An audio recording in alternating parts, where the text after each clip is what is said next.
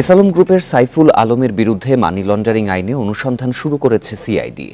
প্রতারণা, জালিয়াতি ও হুন্ডির মাধ্যমে ১,১৩,২৪৫ কোটি টাকা বিদেশে পাচারের অভিযোগে সাইফুল আলম, তার স্ত্রী ও সন্তান এবং সহযোগীদের বিরুদ্ধে এই অনুসন্ধান শুরু হয়েছে। শনিবার বিকেলে সিআইডির মিডিয়া উইং এই তথ্য নিশ্চিত করে, জানায় তাদের ফাইন্যান্সিয়াল ক্রাইম ইউনিট অনুসন্ধান কার্যক্রম পরিচালনা করছে। এস আলম, তার স্ত্রী ফারজানা পারভিন ও দুই ছেলে সিঙ্গাপুর, মালয়েশিয়া এবং সাইপ্রাস সহ ইউরোপের বিভিন্ন দেশে অর্থ পাচার করেছেন। সেখানে তারা ব্যক্তি ও প্রতিষ্ঠানের নামে সম্পদ ক্রয় ও ব্যবসা পরিচালনা করেছেন। তারা প্রতারণার মাধ্যমে বিদেশে পণ্য আমদানি রপ্তানি এবং বিনিয়োগের নামে ৬টি ব্যাংক থেকে ৯৫,০০০ কোটি টাকা ঋণ নিয়ে আত্মসাৎ করেছেন।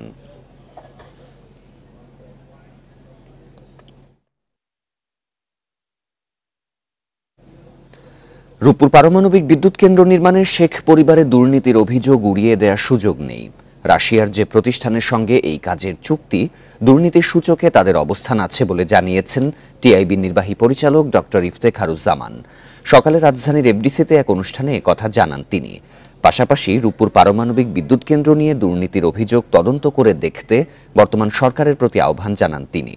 এ সময় দুদক আইন সংশোধন জরুরি উল্লেখ করে তিনি বলেন, কোনো সরকারি কর্মচারী বা কর্মকর্তা গ্রেপ্তারের ক্ষেত্রে তার কর্তৃপক্ষের অনুমতি নেয়ার বিধানে পরিবর্তন আনতে হবে। পাচারকৃত অর্থ আন্তর্জাতিক আইনের মাধ্যমে ফিরিয়ে আনা সম্ভব উল্লেখ করে ডক্টর ইফতেখারুজ্জামান বলেন, রোডম্যাপ অনুযায়ী কাজ করলে পাচার হওয়া অর্থ ফিরিয়ে আনা সম্ভব।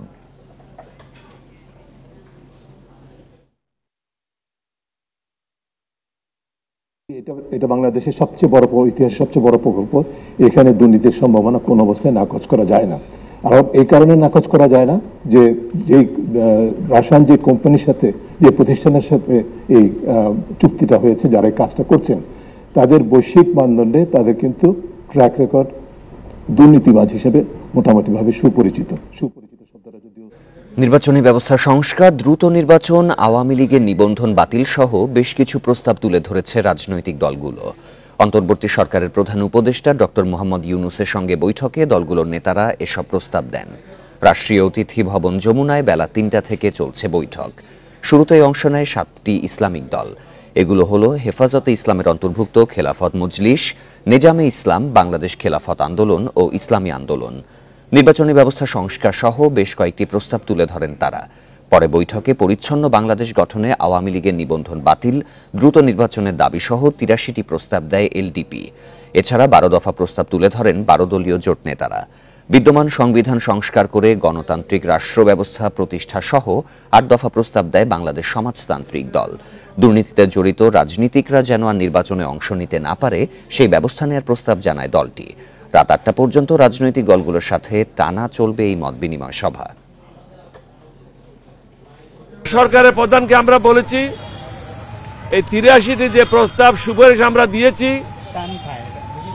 এগুলি যেগুলি উনি মনে করবেন অন্তর্বর্তীকালীন সরকারের জন্য যেগুলি সংস্কারের জন্য প্রয়োজন বা নিয়মিত রুটিন কাজের জন্য প্রয়োজন, এগুলি গ্রহণ করবেন, বাকিগুলি গ্রহণ করার প্রয়োজন নাই। এ বিষয়ে আরো জানাতে পারে রাষ্ট্রীয় অতিথি ভবন যমুনা থেকে যোগ দিচ্ছেন সহকর্মী শাহাদাত স্বপন। স্বপন, প্রধান উপদেষ্টার সাথে বৈঠকে রাজনৈতিক দলগুলো যারা নেতা রয়েছেন তারা তো বিভিন্ন প্রস্তাবনা দিয়েছেন, মূলত কি কি দাবি তারা পেশ করেছেন? দেখুন, আজকে বেলা ৩টা থেকে শুরু হওয়া ধারাবাহিক আলোচনার এই পর্যায়ে কিছুক্ষণ আগে যমুনায় প্রবেশ করেছে ডক্টর কামাল হোসেনের নেতৃত্বাধীন গণফোরামের একটি প্রতিনিধি দল। এর আগে বেলা ৩টায় এখানে পৌঁছায় হেফাজতে ইসলামের অন্তর্ভুক্ত ৬টি ইসলামিক দল এবং তারা সেখানে প্রবেশ করে তারা আলোচনা শেষে এখানে গণমাধ্যমের সাথে কথা বলেছেন। তাদের পক্ষ থেকে ২ জন কথা বলেছেন, মামুনুল হক এবং চরমোনাইর পীর সৈয়দ রেজাউল করিম।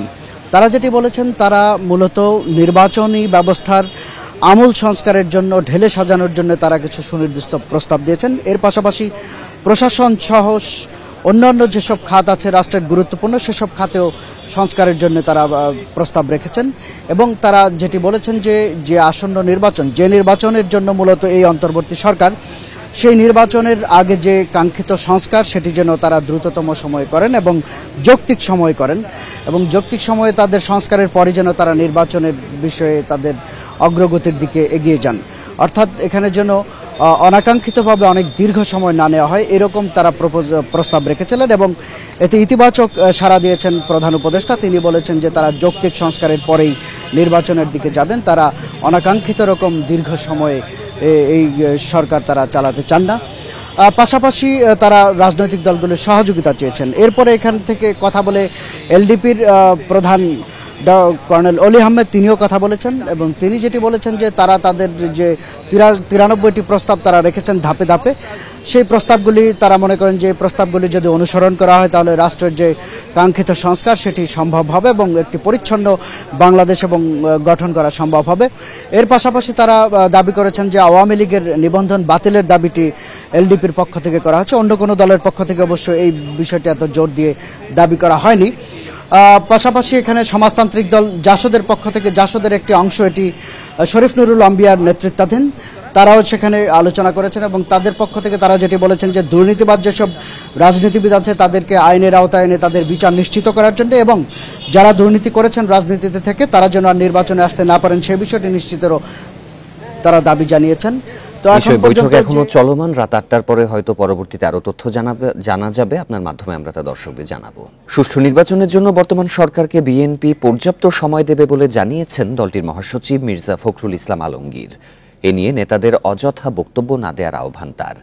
এদিকে দখলদার চাঁদাবাজদের বিএনপিতে ঠাঁই নেই জানিয়ে বিশৃঙ্খলাকারীদের পুলিশের হাতে তুলে দিতে নেতাকর্মীদের নির্দেশনা দিয়েছেন মির্জা ফখরুল। কুমিল্লায় আলাদা অনুষ্ঠানে এসব কথা বলেন তিনি। বন্যা দুর্গতদের মধ্যে ত্রাণ বিতরণের জন্য শনিবার কুমিল্লায় যান বিএনপি মহাসচিব মির্জা ফখরুল ইসলাম আলমগীর। শুরুতে লালমাই উপজেলায় ক্ষতিগ্রস্তদের হাতে বিভিন্ন সামগ্রী তুলে দেন তিনি। সংক্ষিপ্ত বক্তব্যে মির্জা ফখরুল বলেন, সুষ্ঠু ভোটের পরিবেশ তৈরিতে অন্তর্বর্তী সরকারকে সমর্থন করছে বিএনপি। সরকারের সময়কাল নিয়ে নেতাদের বিভ্রান্তিকর বক্তব্য না দেওয়ার আহ্বান জানান তিনি। নতুন সরকার মাত্র 20-22 দিন বয়স হয়েছে, একে আমাদের সময় দিতে হবে যে সে যেন একটা সুষ্ঠু নির্বাচন করার মতো পরিবেশ তৈরি করতে পারে, তাই না? আগে ভাগে বেশি কথা বলা ঠিক হবে না। এরপর নাঙ্গলকোট উপজেলায় বন্যা দুর্গতদের হাতে বিএনপির পক্ষ থেকে ত্রাণ সামগ্রী তুলে দেন দলের মহাসচিব। সেখানে নেতাকর্মীদের উদ্দেশ্যে সংক্ষিপ্ত বক্তব্যে মির্জা ফখরুল বলেন, বিএনপিতে চাঁদাবাজ দখলদারদের কোনো আশ্রয় নেই। এ ধরনের কাজে কেউ জড়িত থাকলে তাদের পুলিশের হাতে তুলে দিতে নেতাকর্মীদের প্রতি আহ্বান জানান তিনি। কোনো চাঁদাবাজি চলবে না, কোনো দখলদারি চলবে না। যারা এগুলো করবে তাদেরকে ধরায় দেন, তাদেরকে আইন শৃঙ্খলা আইনে এত সুপর্দ করেন।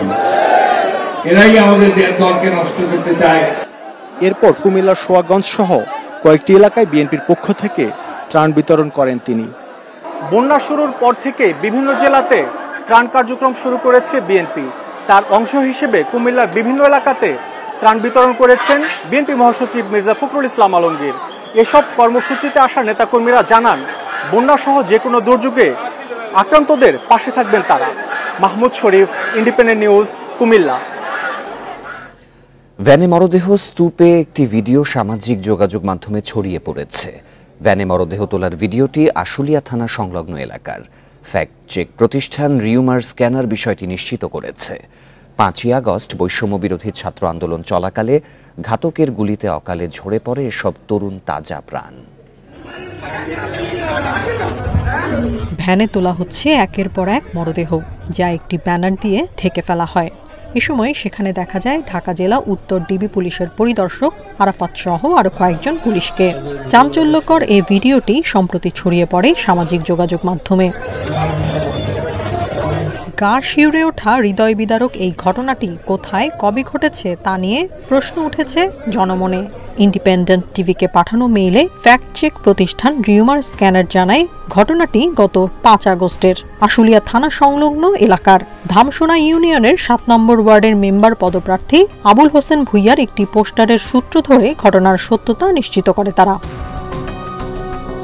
এ ঘটনার পর থেকে খোঁজ নেই ভিডিওতে থাকা পুলিশ সদস্যদের। নাম পরিচয়হীন এসব মরদেহের সন্ধান সহ জড়িতদের শাস্তির দাবি স্থানীয়দের।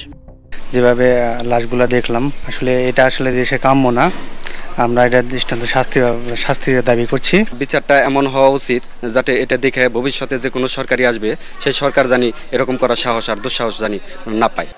সরকারি চাকরিতে কোটা সংস্কারের দাবিতে গত জুলাই থেকে আন্দোলন শুরু করে বৈষম্য বিরোধী ছাত্র আন্দোলন। তাদের সঙ্গে যোগ দেয় সব শ্রেণী পেশার মানুষ, যা এক সময় রূপ নেয় গণ অভ্যুত্থানে। হাজারো ছাত্র জনতার রক্ত ঝরিয়ে বিদায় নেয় শেখ হাসিনা সরকার। Independent news. বন্যা পরিস্থিতির উন্নতির ধারণা করা হলেও কুমিল্লা সহ 4 জেলায় এখনও পানিবন্দী প্রায় 46 লাখ মানুষ। খুব ধীর গতিতে পানি নামায় স্পষ্ট হচ্ছে ক্ষতচিহ্ন। অনেক এলাকায় পানি থাকায় বাড়ি ফিরতে পারছেন না আশ্রয়কেন্দ্রের লোকজন। এদিকে লক্ষ্মীপুর, ফেনী, চাঁদপুরে পরিস্থিতির উন্নতি হলেও জলাবদ্ধতায় দুর্ভোগ কমেনি দুর্গতদের। কুমিল্লায় গোমতীর ভাঙাবাদ দিয়ে এখনো ঢুকছে পানি। বুড়িচংয়ে উজানে যত পানি নামছে ততই স্পষ্ট হচ্ছে ক্ষতচিহ্ন। লাকসাম, মনোহরগঞ্জ, নাঙ্গলকোটেও বন্যা পরিস্থিতির তেমন উন্নতি নেই। পানিবন্দী 12.5 লাখ মানুষ। আশ্রয়কেন্দ্রে আছে প্রায় 1 লাখ। একবারে যোগাযোগ নাই, কারোর সাথে কোনো কথাবার্তা বলা বা কোনো খাবার এগুলিও না। ব্রিজের পাশে যে এই বাতরা ছিল এডো শেষ। এখন আমরা বাঁশ এবং কি কাঠ দিয়ে এখন আমরা যাতায়াত করতেছি। নোয়াখালীতে 2 সপ্তাহেও বন্যা পরিস্থিতির তেমন উন্নতি হয়নি। পানি না নামায় বাড়ি ফিরতে পারছে না আশ্রয়কেন্দ্রে থাকা মানুষ, বরং প্রতিদিনই ভিড় বাড়ছে দুর্গতদের। বাড়তি মানুষের চাপে আশ্রয়কেন্দ্রে দেখা দিয়েছে খাবার সংকট।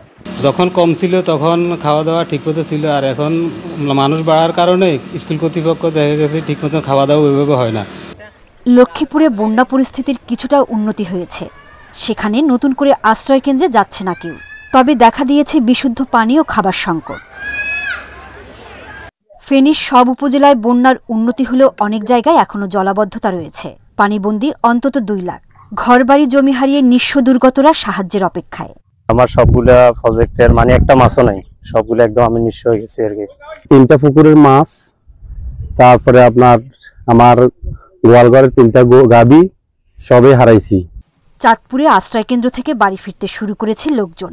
তবে ফরিদগঞ্জে সেচ প্রকল্পের বেড়িবাঁধের ভেতর জলাবদ্ধতা দেখা দেয় সীমাহীন দুর্ভোগে বাসিন্দারা। সোহেলি জাহান, ইন্ডিপেন্ডেন্ট নিউজ। বিশ্ববাজারের সাথে সামঞ্জস্য রেখে সব ধরনের জ্বালানি তেলের দাম কমানোর সিদ্ধান্ত নিয়েছে সরকার। 1 সেপ্টেম্বর থেকে জ্বালানি তেলের মূল্য সমন্বয় করার কথা জানিয়েছে জ্বালানি মন্ত্রণালয়।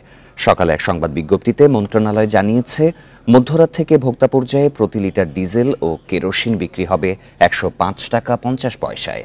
বর্তমানের 106 টাকা থেকে দাম কমানো হয়েছে 1 টাকা 25 পয়সা। এছাড়া পেট্রোলের দাম লিটার প্রতি 127 টাকা থেকে 6 টাকা কমিয়ে 121 টাকা নির্ধারণ করা হয়েছে। আর লিটারে 131 টাকা থেকে 6 টাকা কমিয়ে অক্টেনের দাম নির্ধারণ করা হয়েছে 125 টাকা। গত মার্চ থেকে বিশ্ববাজারের সাথে জ্বালানি তেলের মূল্য সমন্বয়ের পদ্ধতি চালু করে সরকার।